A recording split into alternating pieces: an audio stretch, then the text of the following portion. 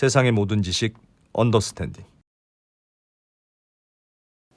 네, 언더스탠딩이 준비한 특별 강연. 네. 중국 경제가 이렇게 달라질 것이다.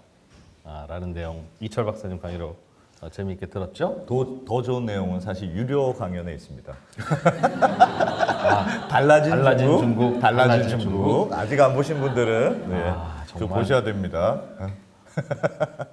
먹고 살기가 힘들어서 그렇습니다, 저희가. 지금 생각하면 우리가 네. 충분히 유혹적이었다고 생각하는데 네. 그 다들 현명하게 안 사시는 거 보면 그렇죠.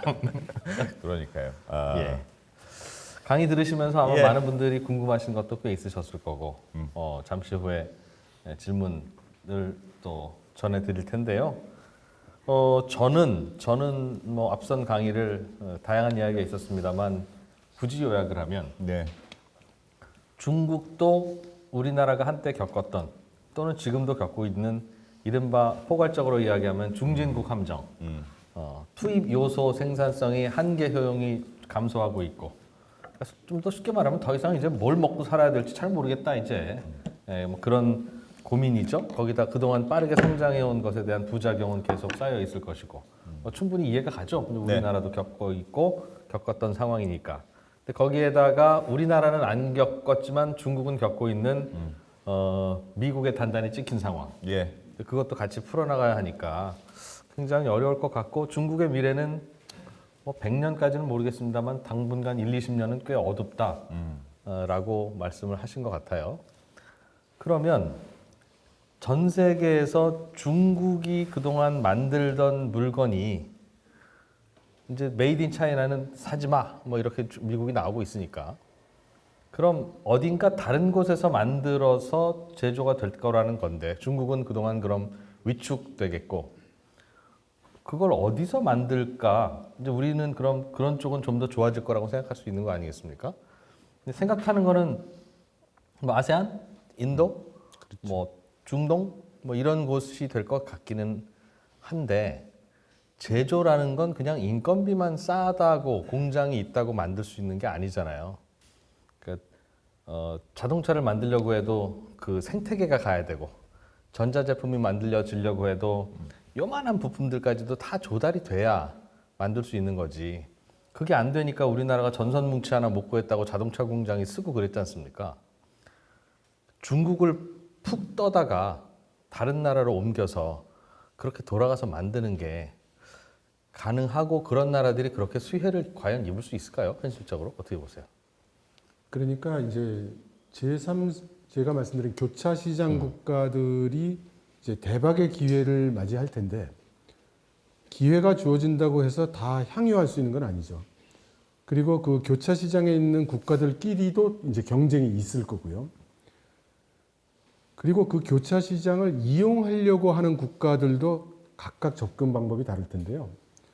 중국의 경우는 거의 틀림없이 국가 전략하에 아까 말씀하신 산업 사슬이 함께 움직일 겁니다. 이미 그 아세안 쪽을 1차적인 그 대상으로 잡고 있는 것으로 보이고요. 그래서 베트남, 인도네시아, 말레이시아 이런 지역에 해당 국가들에 처해 있는 상황과 그들이 제공할 수 있는 자원에 맞추어서 자국의 산업망을 그쪽으로 이전시키려는 이제 그런 계획을 이미 세우고 진행 중입니다. 중국 정부가? 예. 그러면 결국은 그쪽으로 일자리도 가고 그쪽으로 돈 버는 장치가 다 가는 건데 예. 그럼 그냥 안녕 하고 보내는 건데 네. 그게 정부가 할 일이에요? 중국 정부 입장에서는 그렇게 생각하는 것이 아니라 현재 그러니까 자국의 내수가 충분히 큰 나라잖아요, 중국이. 그리고 지금 사실상 가장 눈앞에 문제가 되고 있는 분량은 미국과 유럽에 수출하는 분량이 문제가 되고 있는 거죠. 그러니까 예를 들어서 우리나라 같으면 현대자동차가 베트남으로 본사를 옮겨갔어. 그러면 국내는 자동차 산업이 공동화되네? 뭐 이럴지 몰라도 중국은 자동차 회사 많아요. 중국의 자동차 회사가 많으니까 그거 뭐 한두 개 보내면 돼요. 전자산업 마찬가지예요. 그 중국이 미국으로 수출하던 것들은 다 보내서 만들어야 되는데 이제 예. 중국 안에서 못 만들고 예. 그 양이 작아요? 괜찮아요? 예? 그럼 왜 걱정하고 있어요 지금? 아니 그런 뜻이 아니라 이제 자국에 있던 그 산업 시설이 해외로 나가면 그만큼 국내 GDP가 줄어들고 그만큼 국내 고용이 줄어들기 때문에 그게 좋은 방법은 아니죠. 좋아할 일은 없죠.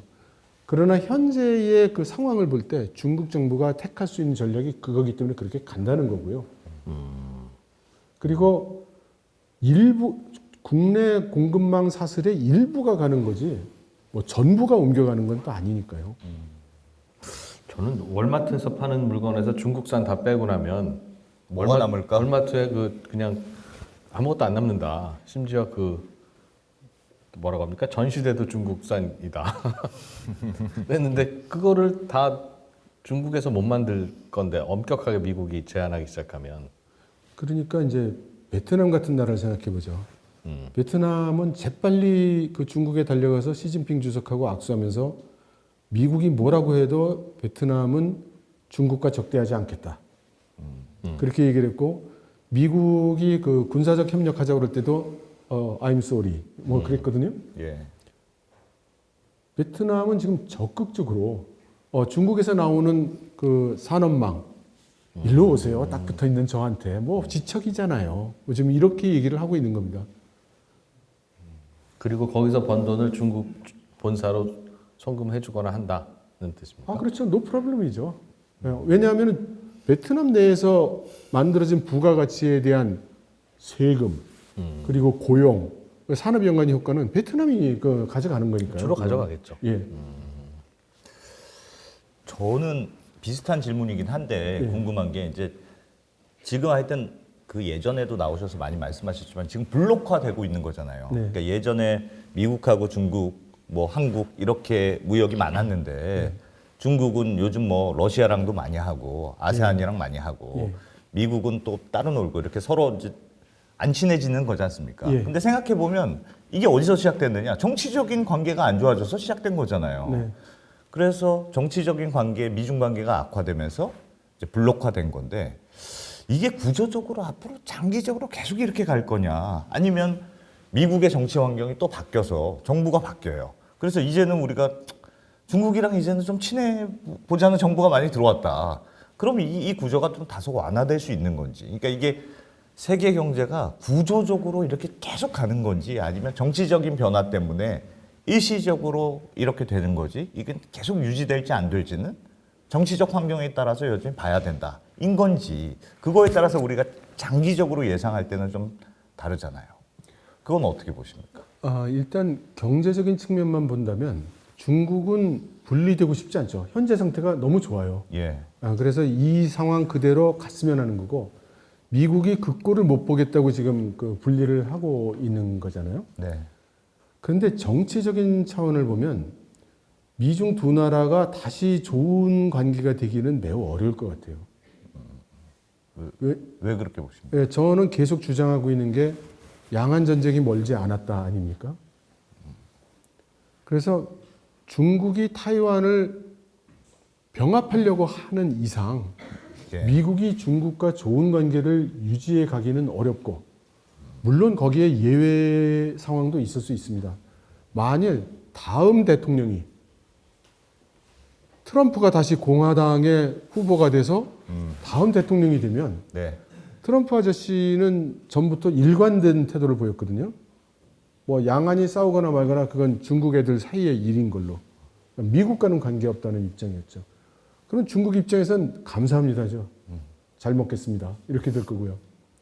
그런 상황이라면 트럼프 임기 동안에는 중국과 미국 사이가 그렇게 안 벌어질 수 있겠지만 그러나 미국 의회는 민주공화 양당이 모두 그 꼴을 못 보겠다는 걸로 돼 있지 않습니까? 그래서 두 나라가 좋은 관계를 유지할 가능성은 매우 적어 보이고 충돌의 가능성은 점점 커져가고 있고 군사적 긴장도 굉장히 커지고 있으니 낙관할 수 없다 이렇게 생각합니다. 중국이 대만을 흡수하려는 생각을 버리지 않는 한, 네. 좀 버리면 안 그 좀 됩니까? 버리면 안 됩니까? 그 뭐라고? 그러니까 제가 이제 이런 주장을 해오면서 예. 맨날 받는 반응이 당신의 생각이 너무 과격해, 극단적이야, 지나쳐 이런 말씀들을 많이 하세요. 그런데 제 입장에서는 제가 얻어들은 이야기를 다 할 수 없는 그런 측면도 좀 있고요. 두 번째는 제가 중국에 오래 살고 있다 와서 그런지 모르겠는데 어떤 때는 한국 사회가 이렇게 보일 때가 있어요. 사장님은 정부 예산, 정부 지원금 뜯어먹으려고 하는 것 같고, 사모님은 부동산 투기에 전념하시는 것 같고, 사원은 주식 투자하느라 정신이 없고, 학생들은 뭐 비트코인 투자해서, 그래서 사고가 경제적 이해관계로 모든 것을 설명하려는 경향이 좀 있다. 네.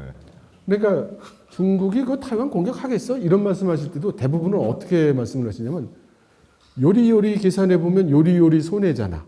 그런데 중국이 그걸 하겠어? 이렇게 이야기를 하거든요. 근데 중국 입장에서 보면요, 그렇게, 그러니까 아까 말씀드렸지만 3년 계산, 5년 계산이면 그럴지도 몰라요.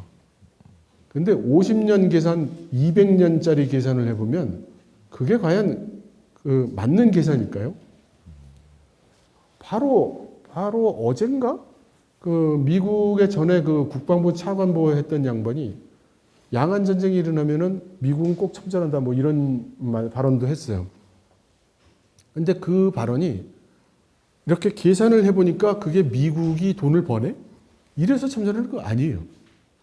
중국 입장에서는 뭐냐면 중국이 원래 한참 쫓겨갈 때, 연안 대장정 같은 거 할 때, 연안 대장정 다 끝났을 때 병력이 8,000명인가 남았다고 하잖아요.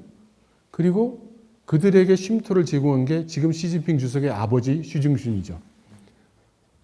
그럼 8,000명이 나중에 14억을 먹었는데, 그럼 타이완에 있는 2,200만이 먹지 말라는 법이 어디 있습니까? 그리고 중국 공산당 입장에서는 시작했던 혁명이 아직 완성이 안 된 거예요. 아직 그게 남아 있으니까요. 그러니까 그 혁명의 완성이고, 그래서 사회주의 현대화 강국을 완성하게 되면, 보세요. 중국 역사 5,000년 동안에 굶어 죽는 사람이 없게 만든 그런 왕조와 황제는 없었어요. 시진핑 주석이 최초로 중국 역사 5,000년에 최초로 어떤 이도 굶어 죽는 이가 없게 만들고, 그 어느 황제보다도 넓은 영토를 확대하며 세계 만국의 우러름을 받는 역사에 빛나는 인물이 되는데, 시진핑 주석이 그렇게 하면은 내 은행 잔고가 한 1억은 빠지지 않을까? 그럼 하지 말아야 되겠다. 그런 식으로 계산을 할까요? 그 양안 전쟁을 벌이면 그 간신히 이뤄놓은 예. 중국 역사 수천 년간에 예. 처음으로 밥 굶지 않게 된 이 상황을 다시 망칠 수도 있잖아요. 중국식 계산으로는 안 그렇죠. 그러니까 지금은 탕수육에 양장피를 먹고 있는데 이제 짜장면에 군만두를 먹게 될지도 몰라. 라는 거지. 예, 그 정도? 알겠습니다. 얼마나 그 짓을 당해야 될까? 그건 이해가 되는데요. 예. 중국도 예. 사장님뿐만 아니라 모든 기업은 다 정부 보조금으로 돌아가는 거 알고 있고, 비트코인 채굴을 주로 중국에서 합니다. 그리고 중국 부동산도 만만치 않고요. 좀 억울합니다. 그래서 그놈의 비트코인 채굴을 그래서 몇 년 전에 다 쫓아냈잖아요. 다 쫓아냈어요. 실체 경제에 도움이 안 되면서 에너지만 소비하고 있는 중국 공산당 눈으로는 그렇게 보이는 거죠. 자, 질문을 좀 받아볼까요? 이제부터는 조금 수준 높은 질문이 들어올 겁니다, 박사님. 저희 질문은 너무 예상 가능한 질문이고. 예. 궁금하신 게 있으시면. 네, 안녕하세요. 이철 박사님 구독자 3,000대부터 구독한 구독자입니다. 예. 감사합니다. 그래서 이게 중간에 저 3%랑 언더스탠딩에서 이철 박사님 나올 때 얼마나 반갑고 야, 3%가 이렇게 사람 보는 눈이 있구나. 라는 생각 얼마나 했는지 모릅니다. 정말 반가웠습니다. 예. 감사합니다. 예. 전 두 가지 정도 질문 드리고 싶은데요. 네. 하나는 얼마 전에 그 시진핑 중국 국가주석이 저희 그 LG 디스플레이 중국 공장을 방문한 걸로 알고 있고요. 네. 예, 그거에 대해서 박사님의 그 시진핑이 어떤 메시지를 우리한테 전해주려고 하는 건지에 대해서 좀 말씀 주셨으면 좋겠고요. 두 번째는 그 위안화로 얼마 전에 그 석유가스를 결제하는 CIPS 그 결제망을 이제 확대하겠다는 얘기가 있었는데 그게 결국에는 그 달러 패권을 그 미국이 영린을 건넨다는 생각을 자꾸 하게 되거든요. 근데 중국도 분명히 그걸 알고 있는데 그걸 그렇게 무리해서까지 하는 이유가 진짜 이유를 좀 알고 싶어서 이렇게 질문드립니다. 예, 우선 그 시진핑 주석이 LG 디스플레이 방문한 거를 보면요. 시진핑 주석이 지금 할 일이 많을 텐데 그 LG 디스플레이를 방문하는 게 뭐 엄청나게 중요한 일은 아니었겠죠. 근데 대부분의 경우 그렇게 이제 그 기업 방문하고 이런 거 할 때예요. 사실 그 주 목적이 그게 아니에요. 그러니까 보통은 해당 지역에 있는 군사 시설이나 정보 자산을 비밀리에 방문할 필요가 있을 때 커버 스토리가 필요해요. 그러면 거기에 이제 그 비밀 기지를 찾아갔다가 동선이 노출되니까 그걸 짐작하지 않게 하기 위해서 그 이제 적당한 명분을 만들어서 방문을 하는 겁니다. 그러면 방문을 하는 대상은 누가 고르냐? 밑에서 이제 어레인지를 하는데 그때 그 정책 상황에 맞춰서 합당한 데를 고르는 거예요. 지금은 외국 기업 도망가지 마, 투자해줘, 뭐 하이테크 와 이런 걸 주장하고 싶으니까 해당 지역에 있는 그런 기업을 하나 선정한 게 LG 디스플레이였을 뿐이라고 생각합니다. LG 디스플레이는 당한 거군요. 이용당한 거지. 아니 뭐 잠시 주가 올랐잖아요. 네. 그리고 두 번째 질문이 위안화 뭐였죠? 직접 결제. 네. 그래서 저는 더욱 중국이 이제 양안 전쟁을 도모하고 있다고 생각을 하는 겁니다. 한번 타이완을 합병하려는 입장에서 한번 생각을 해보세요. 전 세계에서 전쟁을 독자 수행할 수 있는 나라가 두 개라는 말을 많이 합니다. 러시아와 미국. 에너지, 식량, 무기를 자급자족할 수 있는 나라.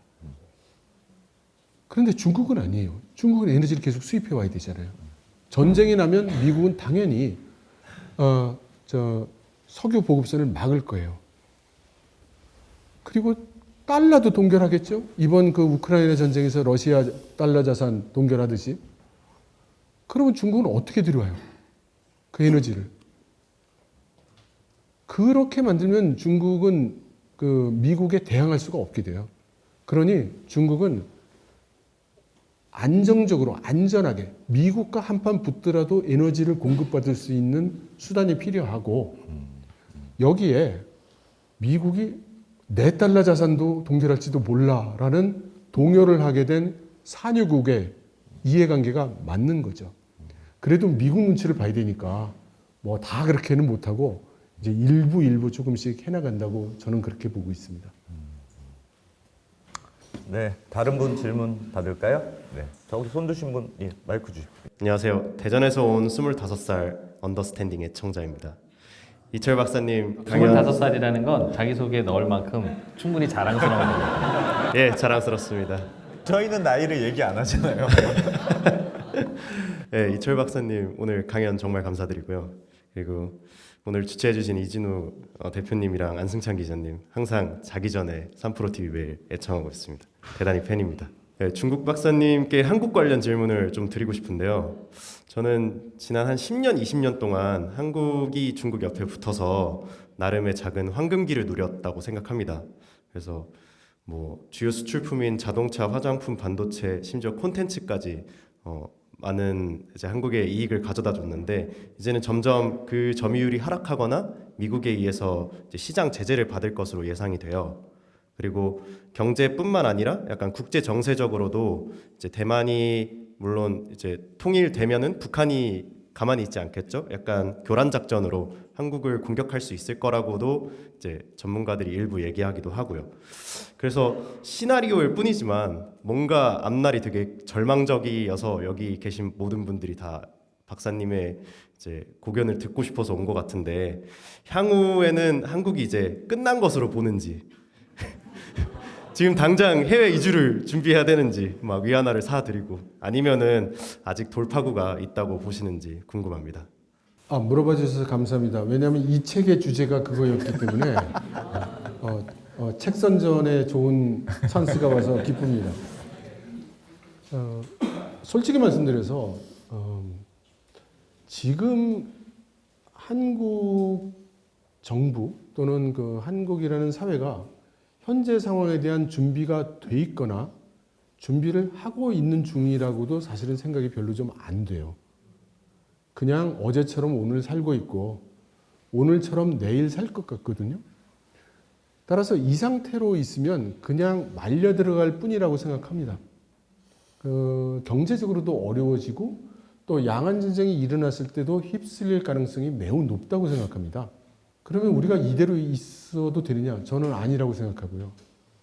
지금 제가 가장 양안 전쟁이 일어날 가능성이 높은 시기를 저 같은 경우는 2027년으로 예상을 하거든요. 근데 미군 사령관들 중에는 빨리 보는 사람들은 2025년 얘기하는 사람도 있고요. 이미 언제든 발발할 수 있는 상태에 와 있다고 보는 사람도 있습니다. 물론 너희들의 의견은 너무 과격해. 그럴 리가 없어 라고 얘기하는 분들도 많이 있고요. 저는 전쟁이 일어날 때까지 있다가 그 다음 우리가 대응하려고 했을 때는 별다른 방법이 없을 거라고 생각합니다. 그러니까 우리가 몇 가지 시나리오를 예정하고 거기에 대한 준비를 지금부터 해 간다면 전쟁이 발생했을 때 우리가 오히려 전전보다도 더 좋은 찬스를, 더 나은 상황을 도모할 수도 있다고 생각하고요. 그 방법이 근데 사실은 이게 참 저는 제 생각이 있는데 제 생각을 말씀드리면 이게 충분한 설명을 듣지 않고 들으시면 돌았군 뭐 이렇게 생각하실 거라서 그런데 어차피 저는 그 얘기를 하고 싶어서 책도 쓰고 이 앞에 쓴 거니까요. 그냥 말씀을 드리면요. 저는 일단 우리가 경제적 번영을 해 가려면 앞서 말씀드린 구미 시장과 중러 시장 둘 중에 어느 것 하나도 놓쳐서는 안 된다고 생각합니다. 그 두 개를 다 잡아내는데 성공해야만 우리에게 번영의 기회가 남는다고 생각하고요. 그러면 양안 전쟁이 일어났을 때 어떤 일이 발생할 거냐? 저는 어떻게 생각하냐면 중국 입장에서 양안 전쟁을 일으키는 나라는 중국이겠죠. 미국이 먼저 시작하지 않겠죠. 타이완이 먼저 시작하지도 않을 거예요. 그럼 중국이 타이완을 공격하려고 하면 타이완은 사실 뭐 코끼리와 비슷계시죠. 문제가 되는 건 미국이란 말입니다. 미국이 개입해 올 테니까. 그러면 미국의 개입 그리고 거기에 덩달아서 같이 올 일본 이 두 나라를 군사력을 어떻게 처리하느냐가 중국 입장에서는 최대의 관건이 될 텐데 여기에 우리가 생각 안 하는 게 주한미군과 한국이에요. 그리고 우리나라는 사드 얘기하면 맨날 중국 애들은 왜 트집을 잡고 그래 뭐 이러잖아요. 근데 중국 입장에서는 트집 아니에요. 사드 미사일이 2000km 반경을 추적하거든요. 중국 전역을 봐요. 중국 전역에 뜨고 내리는 항공기를 다 보니 내가 타이완을 공격하려고 그러는데 비행기가 뜨는 순간부터 미군이 한 대 한 대 항적을 다 알아.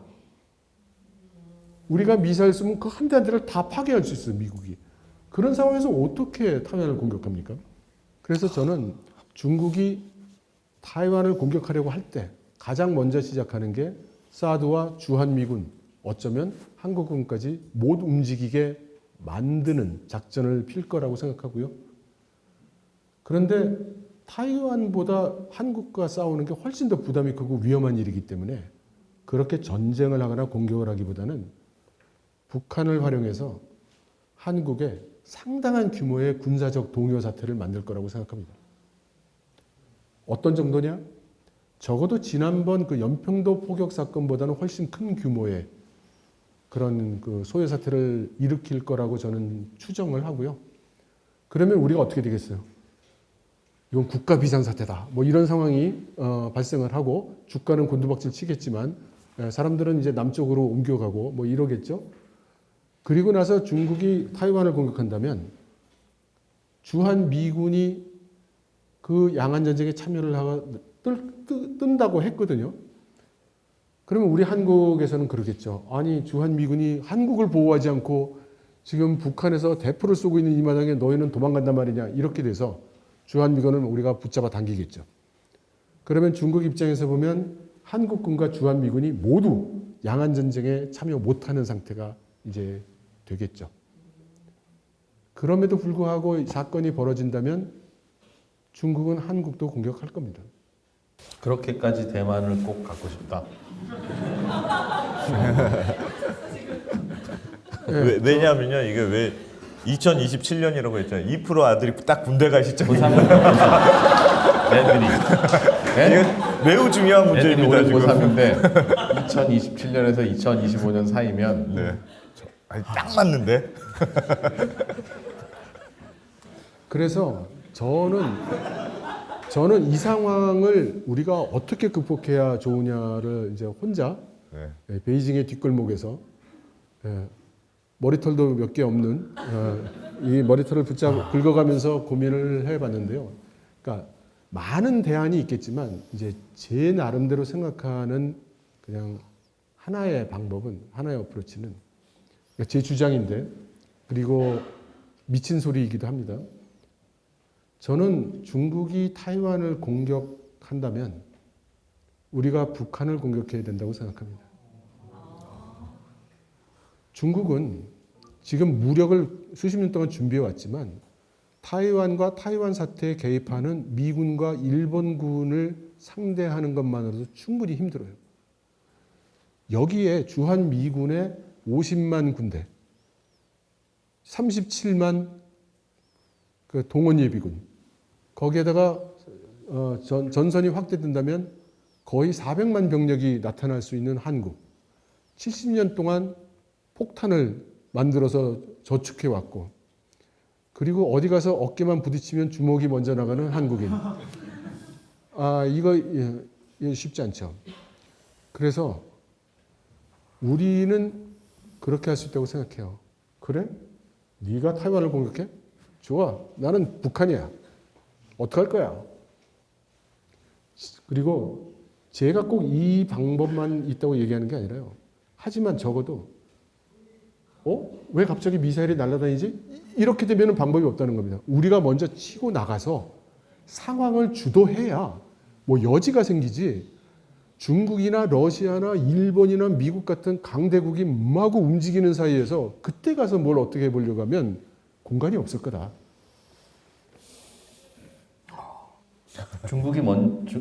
중국이 타이완을 치기 전에 예. 주한 미군을 묶어두기 위해서 북한이 한국을 먼저 친다고 가정하시지는 않으셨습니까? 예, 그렇게 가정합니다. 그러니까 우리가 북한을 그러면 중국이 타이완을 치기 전에 우리가 북한을 먼저 친다는 건 순서가 막 꼬이잖아요. 그러니까 그들이 저쪽을 먼저 시작하면 우리가 그때 올라가면 되는데 예. 첫 전쟁이 한반도에서 일어난다는 가정이지 않습니까? 예. 그럼 그 타이밍을 어떻게 잡고 우리가 한 발 앞서서 공격하죠? 그렇죠. 그게 문제가 되죠. 예? 그게 문제가 됩니다. 그런데 그 지난번 그 400대 전투기 사건이 있었죠. 그래서 미국이 그 중국이 타이완을 공격할 때 충분한 정보를 입수한다고 보고요. 우리 입장에서는 그런 전략을 가지고 있는 것 자체가 중요하다고 생각을 합니다. 그래서 우리가 확정적으로 중국이 타이완을 공격한다라고 판단할 수 있을 때 공격하거나 또는 중국이 타이완을 공격할 때 또는 그 전에 북한이 우리에게 대규모 군사 도발을 할 때 우리가 밀고 올라간다는 거죠. 그래서 뭐 지금처럼 북한이 미사일 3발을 쐈어. 우리도 3발 쏴. 저는 이걸 묻고 싶어요. 그랬더니 북한이 그거 받고 우리 10발. 그러면 어떡할 건가? 그러면 우리도 10발? 그럼 북한이 그 10발 받고 20발 더. 그러면 어떡할 건가? 지금 뒤에 어떻게 할 건지 작전은 다 세워놓고 지금 이걸 하고 있는 건가? 저라면 북한이 도발을 해온다? 그 즉시 전면 북침을 하는 겁니다. 전면 북침을. 박사님. 예. 왜 2027년입니까? 고맙습니다. 중요한 질문이죠. 우선 첫째는 예. 이 전쟁이 일어나려면 중국 입장에서 적어도 타이완 섬을 둘러싼 국지 우위를 확보해야 돼요. 예. 근데 아직 군사력이 그 우위에 도달하지 못했다. 그러니까 아직 더 준비해야 된다. 그리고 두 번째는 아까 그 중국은 기본 계획 단위가 5년이라고 말씀드렸잖아요. 이제 전쟁을 하려고 하면 그것도 기본 단위가 5년이죠. 왜냐하면 전쟁을 군대만 하는 게 아니라 거기 이은 보급, 공급망들이 다 맞춰줘야 되니까 그게 전국적으로 움직이려면 5년 계획을 세워야 된다. 그러므로 2026년이 아마 최초로 전쟁이 가능한 타이밍. 그리고 현재는 전쟁을 준비하는 5년.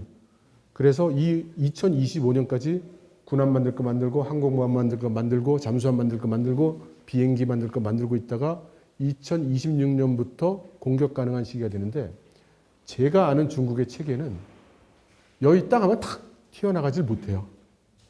전국에 계신 여러분 그리고 그 각 성, 각 기관들이 다 거기에 맞춰서 준비를 해서 정작 움직이게 되는 데까지는 언제나 상당한 시간이 걸리더라. 그러면 1년 정도는 걸릴 것이다. 여태까지의 그 중국 정부 돌아가는 그 모습을 볼 때 그렇다면 2026년 한 해는 행동을 하기 위한 액션에 들어가고 실제 가능한 상태가 되는 건 2027년 정도가 될 것이다. 저는 그래서 그렇게 생각합니다. 박사님 너무 디테일한 질문인지는 모르지만 예. 저희 가족의 안위와 연결된 거라서 예. 한 가지만 더 예. 질문드리겠습니다.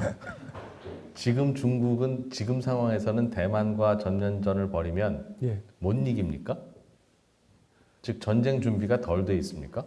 타이완 군대만 상대하면 된다면 진작에 돼 있죠. 그렇죠. 저도 타이완 군대만 생각하면 된다면 예. 이미 벌써 예. 였을 거라고 생각합니다. 네.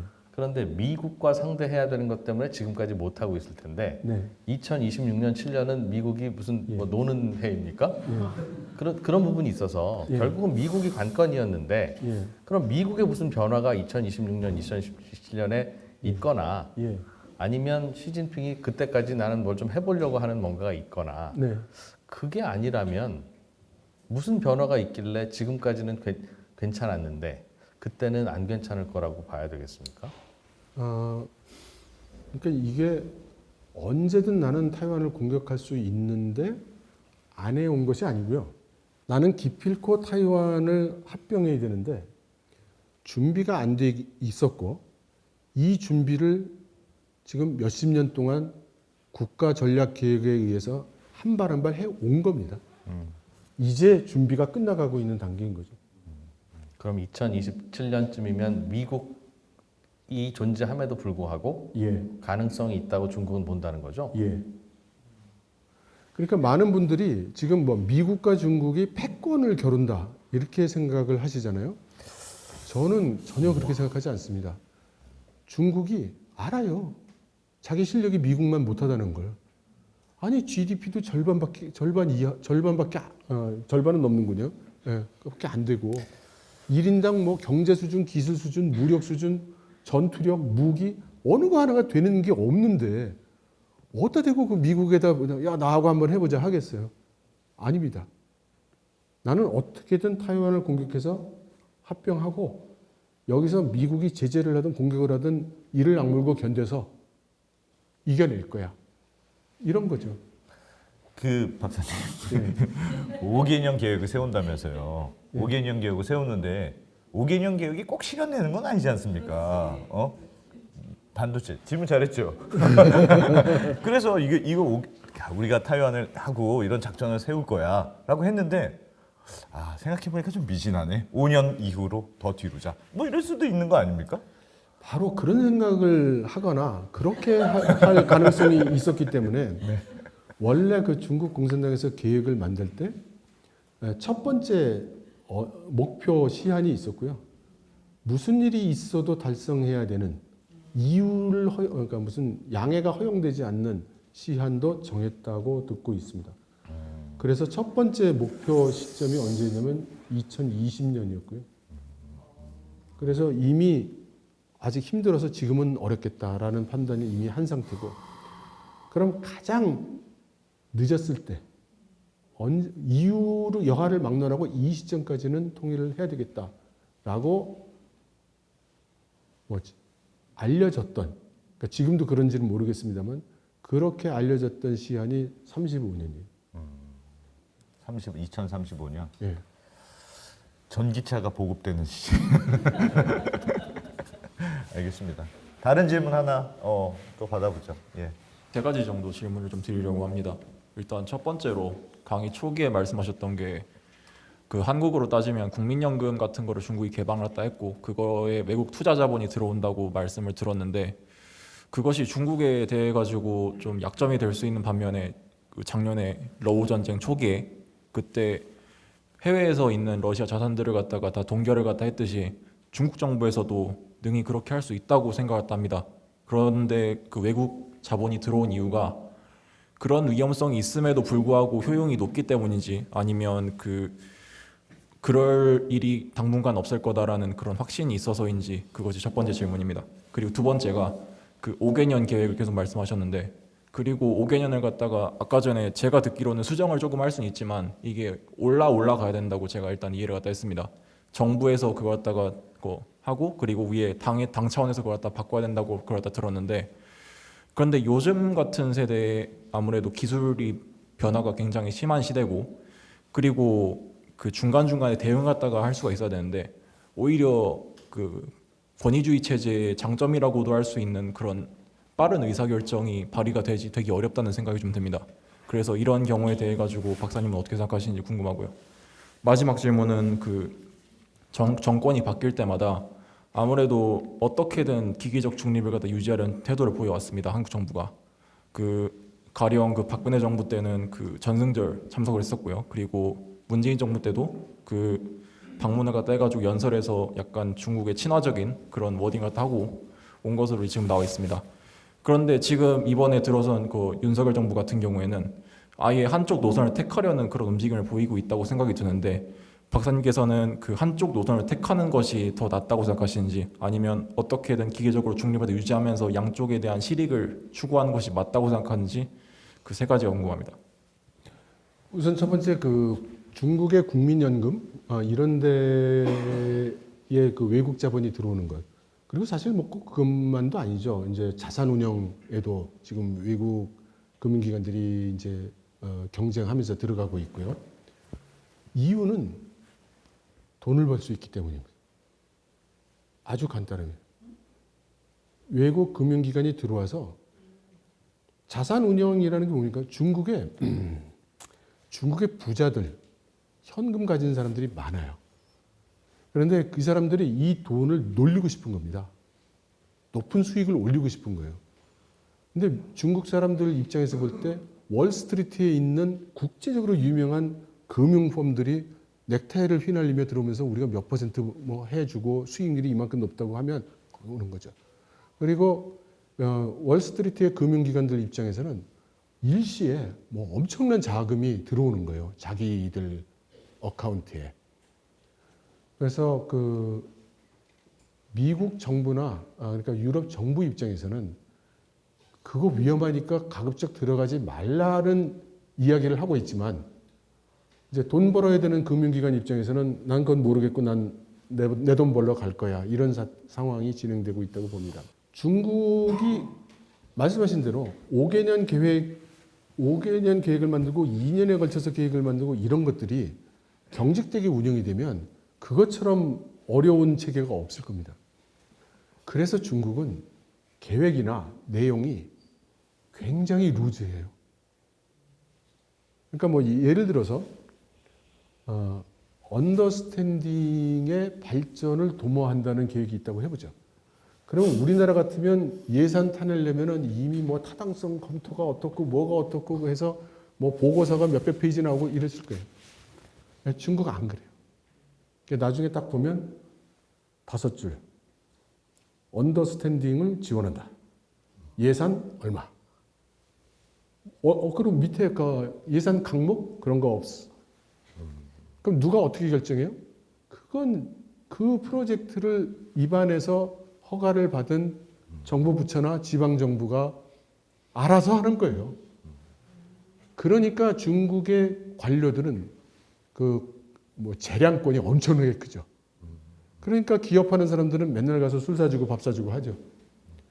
그래서 언제 얼마만큼을 어떻게 무엇으로 집행할 거냐 알아서 하는 거예요. 그러니까 엄청난 탄력성을 가지고 있고, 그래서 문제도 많이 일어나지만 좋게 작용할 때는 엄청난 효율을 보인다고 할 수 있습니다.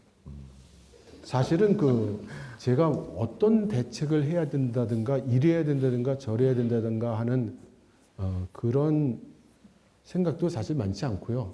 또 제가 그럴 수 있는 사람도 아니라고 생각해요. 다만 2가지가 있어야 된다고 생각하죠. 하나는 지금 굉장히 위험한 상황 같은데 왜 위험하다고도 생각을 안 하는 걸까? 제 시각에서 볼 땐. 그래서 현재 위험한 상태에 대한 인지가 돼야 된다. 우리 사회 그리고 우리 정부 모두 이거 대비해야 되겠다 이런 생각을 가져야 된다는 거고요. 또 하나는 그래서 어떻게 하겠다는 게 밀실에서 소수자가 결정할 일이 아니다 이렇게 생각합니다. 이게 얼마나 많은 사람들의 목숨과 재산과 운명을 결정할 일인데 그냥 한두 사람이 오늘 기분이 이랬기 때문에 뭐 이런 식으로 결정하면 안 되잖아요. 그래서 저는 그 내용이 뭐 싸우든 중국에 다리를 붙든 중국하고 싸우든 어떻게 하든 그건 우리가 모두가 선택해야 될 일이고 만일 결정이 된다면 우리가 모두가 따라야 되겠죠. 다만 그걸 한두 사람이 결정해서는 안 된다고 생각합니다. 그 부분은 잠깐 보충을 좀 여쭤보면 양다리를 잘 하면 좋겠는데 우리나라의 그 지정학적인 위치가 중국, 북한, 한국, 일본 중에 미국과 중국 사이에서 양다리 걸칠 수 있는 나라가 있긴 있습니까? 일본만 해도 양다리 걸치면 제일 좋죠. 양쪽에서 다 먹으면. 전 세계에서 다 양다리 걸치면 좋다는 건 누구나 아는데 지금 이렇게 분쟁의 소용돌이 안에 있는 이 공간 안에서 과연 양다리라는 게 가능한가? 그러니까 일본도 아예 미국으로 붙었잖아요. 북한은 중국 쪽에 붙어 있고.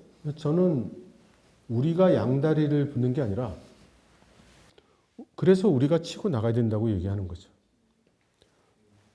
제 시나리오를 조금 더 말씀드리면 만일 북한이 도발을 하거나 중국이 북한의 뒤에서 사주를 한다면 또는 중국이 타이완을 공격한다면 우리는 북한을 공격한다.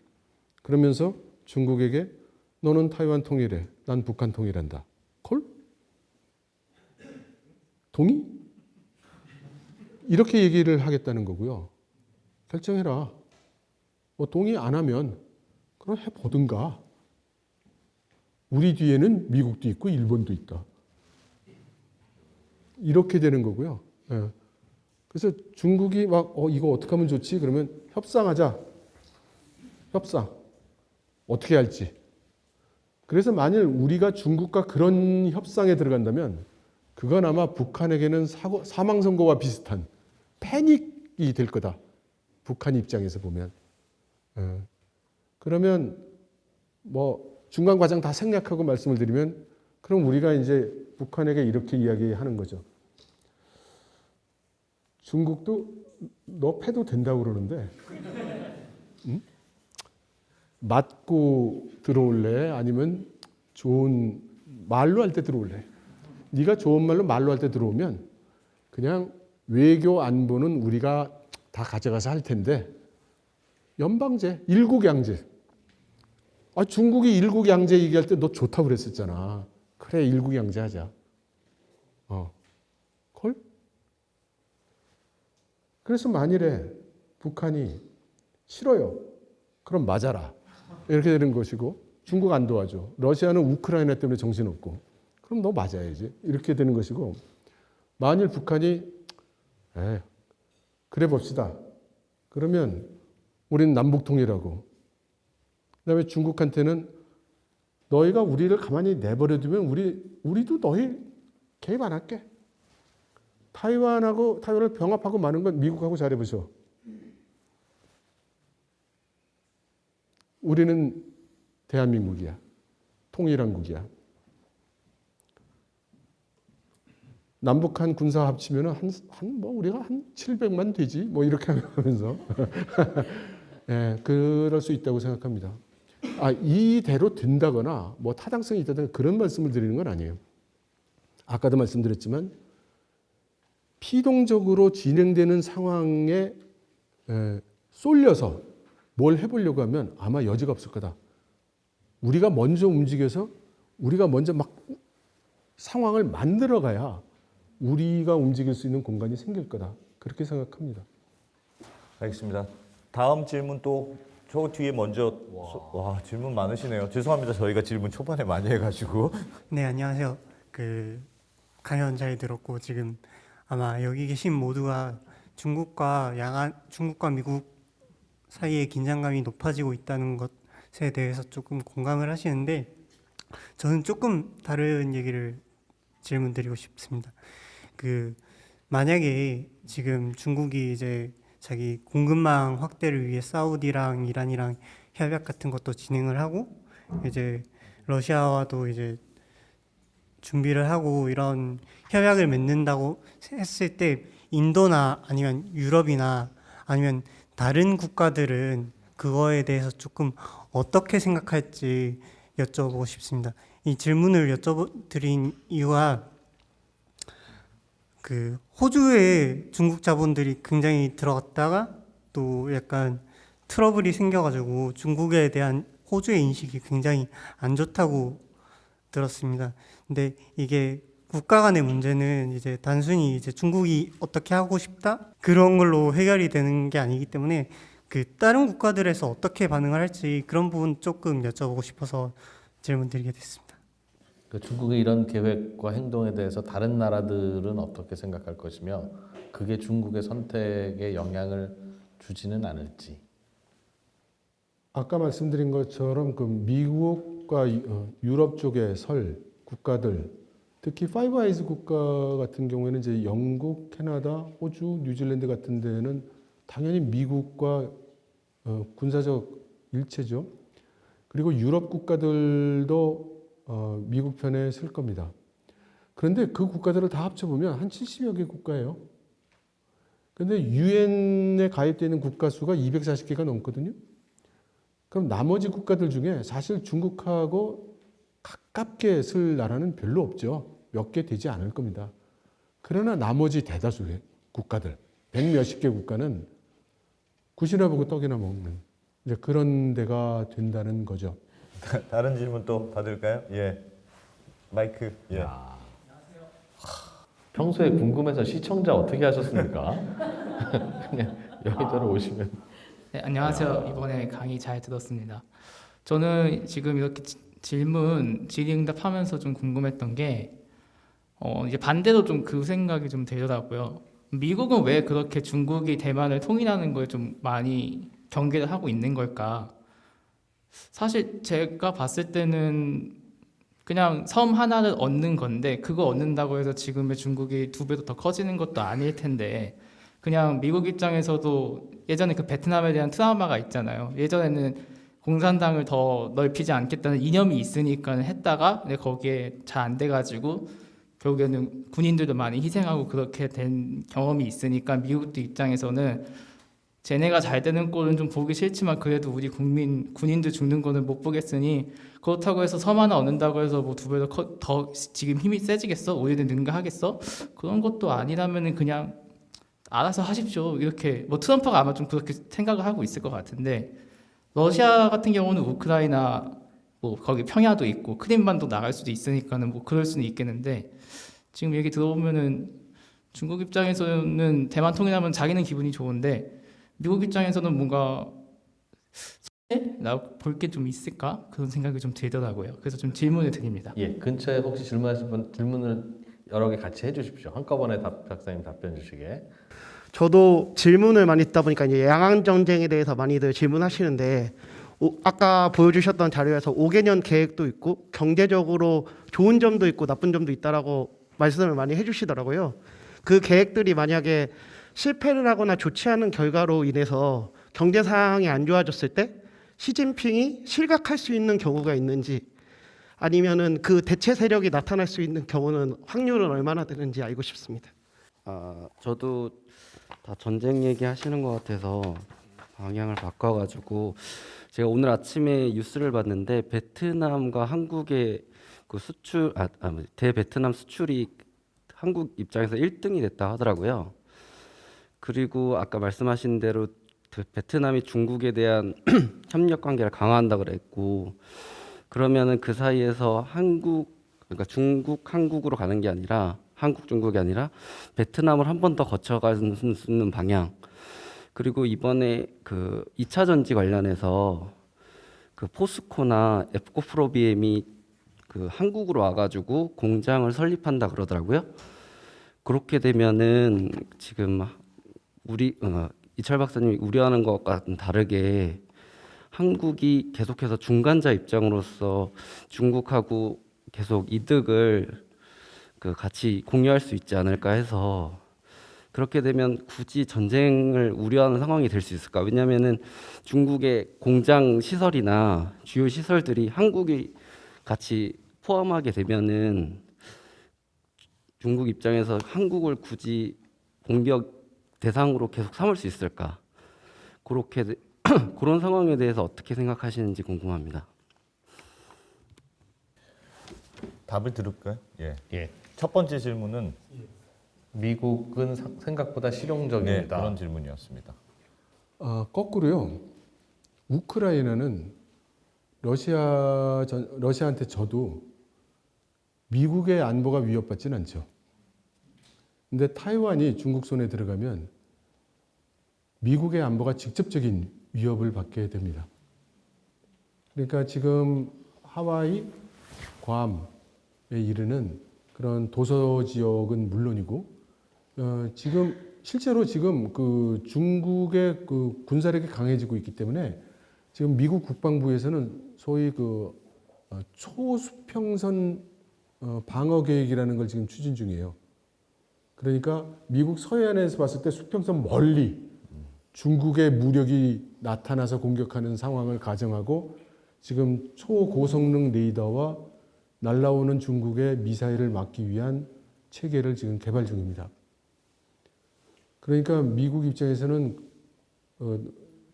자국의 안보에 직접적으로 관련이 된다고 할 수 있습니다.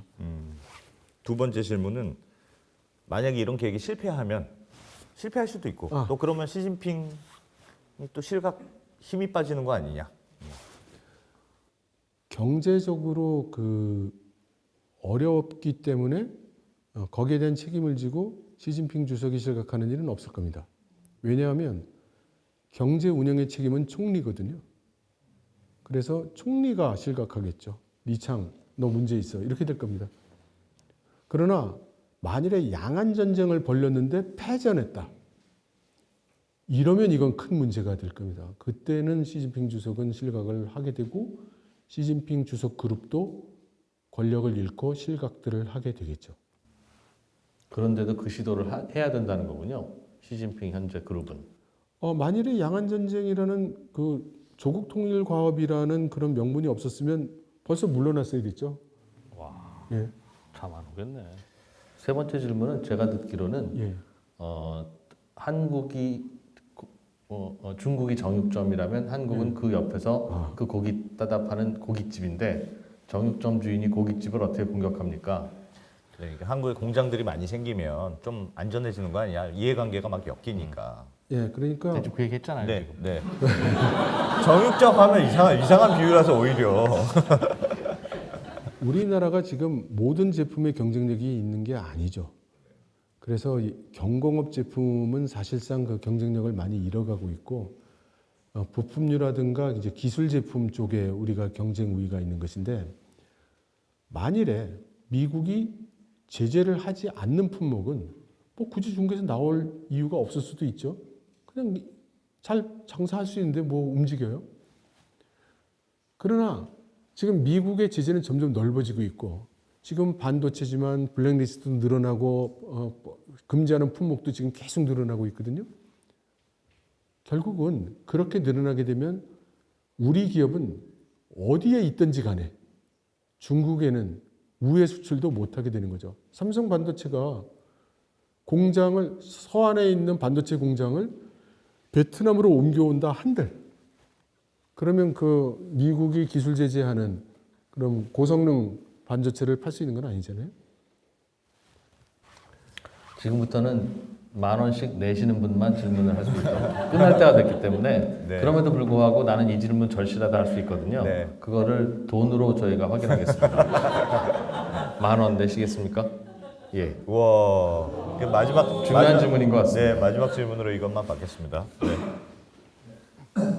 안녕하십니까. 우선 이철 박사님 그리고 언더스탠딩 스태프분들 다들 이런 자리 만들어주셔서 되게 감사하고요. 그리고 저는 사실 좀 전에 몽쉘 사다가 안에 넣어드렸는데 이걸로 퉁쳐도 되나요?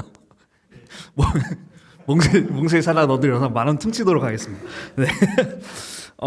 우선은 이철 박사님께서 말씀해주신 내용 중에 제일 저는 사실 걱정이 되는 부분 중에 하나가 이철 박사님께서 말씀해주신 시나리오는 최선의 시나리오가 어쨌든 북한에게 선제적인 우리가 압박을 하는 것이고, 근데 그런 딜을 중국과 할 때는 반드시 저희는 미국을 등에 업고 있어야 할 텐데, 사실 저는 개인적으로 생각했을 때 아까 말씀하신 것처럼 타이완을 잃는 경우에는 미국은 직접적인 위해를 받게 될 수 있지만 한국 같은 경우에는 미국 입장에서 다소간의 손실을 입더라도 어쨌든 일본이 그 옆에서 조금은 버텨주고 있고, 그래서 저는 사실 우선순위가 타이완보다 우리가 될 것 같다는 생각이 들지 않아서 경우에 따라서는 미국이 어차피 지금 뭐 중동이나 이런 데에서 발을 뒤로 슬금슬금 물러나고 있는 형국의 그 다음 제일 먼저 버려지는 곳 중에 하나는 한국이 되지 않을까에 대한 우려가 있어서 그 부분에 대해서 어떤 생각이 있으신지 첫 번째로 궁금하고요. 그래서 중국이 중동과 요즘 이제 좀 아까 말씀하신 것처럼 거래를 늘려나가고 있고, 그리고 그만큼 이제 어떤 석유라든가 에너지의 패권을 조금씩 중국도 자기들만의 밸류체인을 만들어가고 있는데, 우리는 그 이후의 상황에 있어서 그러면은 아마 많이 불리해지고 많이 절망적인 상황에 놓이는 게 아닐지. 그리고 이거는 방금까지 질문드린 부분하고는 다른 질문이 하나 더 있는데요. 아까 강연 초반에 중앙정부 위주의 운영, 그 다음에 예산 편중이 조금씩 일어나고 있다고 말씀을 해주셨고, 그리고 또 지방에서 이제 뭐 어떤 산업들이 일어나고 있는 부분에 있어서 내수가 좀 붕괴되다 보니까 이제 해외로 산업들이 많이 나가고 있다고 말씀을 하셨잖아요. 근데 이런 상황들을 좀 종합해서 봤을 때는 지금도 간당간당한 어떤 지방 정부들의 재원이라든가 어떤 부채라는 것들이 훨씬 더 위험해지고 있는 게 아닌가. 그래서 이런 방향이 과연 지속될 수 있을 것인가. 그 세 가지가 좀 궁금해서 여쭤보고 싶습니다. 첫 번째 질문은 제가 기억을 합니다. 네. 제일 무서운 질문이었습니다. 미국이 최근에 수립한 전략 중에 하나가 이제 전에도 한번 말씀드렸지만 진보적 가치 전략이라는 그 전략을 세웠는데요. 그 요점은 이겁니다. 여태까지 미국이 이 나라 저 나라 뛰어다니면서 참전을 많이 해봤는데 고마워도 안 하고 그리고 승전도 잘 못하고, 그래서 문제가 어디냐? 그 문제점을 파악해서 새로 만든 계획입니다. 현재 진행되고 있는 걸로 보이고요. 그게 첫째는 지들이 피 흘려서 결사항전 안 하면 이제 우리 안 싸울래입니다. 그래서 자기들이 피 흘리며 싸울 생각이 없어 보이는 국가로부터 우린 철수한다. 아프가니스탄, 시리아 등등에서 한 5개국 정도를 지명을 했어요. 거기서 이제 우린 나온다. 안 싸운다. 자기들이 결사항전에서 피 흘리고 싸우면 우리가 도와주는데 그 그것도 우리가 가서 같이 안 사준다. 그냥 무기 공급하고 뭐 위성 정보 공급하고 필요하면 드론 어쩌면 공군 항공기 정도 보낼 수 있을지 몰라. 이건데요. 이게 지금 우크라이나에 하고 있는 거죠. 예. 그러면 한반도 유사 사태가 발생했을 때 미국이 우리를 돕겠느냐? 저는 기본적으로 도울 거라고 생각합니다. 왜냐하면 대부분의 우리 한국인들은 또 맞고는 못 살기 때문에 예. 도망가는 것보다는 총 들고 나와서 싸울 사람이 훨씬 많을 거라고 생각하고요. 그렇게 피 흘리면서 싸우는데 미국은 똑같이 지원을 할 거라고 생각합니다. 그러니까 중국이 중요한 거는 한국으로 에너지가 안 가는 게 중요한 게 아니고요. 자기의 에너지를 확보하는 게 중요한 거예요. 그러니까 지금 괜히 한국이며 기타 나라로 가는 공급선 건드려서 그 복잡하게 만들 이유가 하나도 없습니다. 본인들에게도 피해가 되니까요. 세 번째 질문은 중국의 지방 정부 얘기였던 것 같습니다. 지금 지방 정부는 몇 개 그 잘 나가는 지방을 제외하면 전반적으로 지금 굉장히 어려운 상태에 있고요. 최근에는 아까 말씀드린 퀘이조 같은 경우에는 거의 뭐 그 정부 파산 근처까지 갔다는 말이 나오고 지금 동북 삼성에 대해서도 비슷한 얘기들이 좀 나오고 있습니다. 그래서 우리들이 알고 있는 것보다 훨씬 더 심각한 것 같습니다. 근데 그 지방 정부와 관련해서는 제가 개념을 잘 모르고 있어서 우리나라로 치면 충청도, 강원도 뭐 이런 느낌인 것 같은데 지방 정부라는 게 우리나라는 강원도 도청이 요즘 예산이 떨어져서 강원도 경기가 너무 어렵대, 큰일이야 이런 얘기 안 하잖아요. 그게 무슨 상관이야? 그런 거죠. 근데 중국은 그게 아닙니까? 그러니까 우리나라는 중앙정부 예산이 거꾸로죠. 중국은 중앙정부 예산이 18%, 지방정부 예산이 80몇 %인데 한국은 중앙정부 예산이 80%, 지방정부 예산이 20%, 그리고 지방정부에 무슨 그 재량권이 별로 없잖아요. 할 수 있는 게 별로 없죠. 다 중앙에서 알아서 하죠. 근데 중국은 그렇지 않습니다. 그래서 저는 중국의 정치, 행정 시스템을 이해하려면 중국이라고 부르기보다는 뭐 남미, 똑같이 스페인어 쓰지만 동네마다 다 틀리고 정부도 다 틀리고 상황도 틀린 오히려 그렇게 비슷하다고 생각하시는 게 나을 것 같아요. 아, 그럼 길림성은 요즘 어려운데 예. 뭐 그 옆에 성은 괜찮고 그렇죠. 다행히 그럴 수 있다. 예. 그러니까 뭐 이제 농사가 잘 된 것도 절강성은 뭐 풍년인데 뭐 안희성은 흉년이고 뭐 그걸 그렇게 섞지 되는 않습니까? 거죠. 중국 중앙 정부가? 그거는 이제 시장 기능으로 섞기도 하고 그런 그 지방 정부 간 자원 배분 같은 역할이 이제 중앙 정부 역할인데 말을 잘 안 들어요. 그러니까 돈 있는 성은 별로 말을 잘 안 들어요. 시진핑이 가져오라고 하는데. 예. 유나이티드네. 그러네요. 유나이티드 업 차이나네요. 그러니까 핑계 만드는 데는 뭐 이력이 있기 때문에 얼마든지 핑계가 있죠. 통제가 잘 안 되는 걸로 우리는 보면 된다 그런 뜻입니다. 그러니까 이제 규정으로 통제하는 게 아니고요. 그래서 전에 말씀드렸지만 리커창 총리가 아무리 뭐 정책 내고 해도 안 하다가 그러면 이제 그 시진핑 아저씨, 그러니까 시진핑 그룹에 가서 얘기를 해야 되는 거예요. 그러면 시진핑 아저씨네 그 앉아있던 아저씨가 평소에는 부동산 아저씨처럼 앉아서 차만 마시고 있다가 그때 전화하는 거죠. 절강성 말 안 들을 듯? 그러면 그때 아예 알았습니다 형님. 그러면 이제 이루어지고 그러는 거죠. 알겠습니다. 네. 네, 중국 이야기가 이렇게 뜨거울 줄. 그리고 이렇게 위험하게 들릴 줄 몰랐습니다. 야, 이렇게 관심들이 많으신지 몰랐네요. 질문을 진짜 많이 해주셨네. 그런데 최근에 우리 증시에서도 이제 앞으로 올해 하반기도 궁금하고 내년도 궁금하고 그렇잖아요. 네. 몇 달 전만 해도 미국의 통화 정책이 가장 큰 관건입니다. 뭐 물가가 언제 잡히는가가 관건입니다라고 하다가 이제 그 스토리는 너무 진부해졌고 대충 결정도 된 것 같고 가장 큰 핫 이슈로 떠오르는 게 중국입니다. 네. 앞으로 중국이 어느 정도의 성장을 보일 것이며 정부의 정책이 어떻게 먹힐 것인지 예. 그런 거고 지금까지는 뭐 중국이 뭐 지들 되는 거라 할지 뭐 다 정부의 정책이 안 먹힌 적이 있었나 싶지만 오늘 들어보셨겠지만 중국 정부가 만들고 추진하고 있는 정책이 이번에는 특히 뭐 내수를 살린다 이런 건 그 정부가 그렇게 한다고 할 수 있는 게 아니잖아요. 예. 그러다 보니 거기에 대한 불확실성이 좀 더 커지는 것 같습니다. 길게 말씀드렸지만 네. 그냥 언더스탠딩 많이 보시라.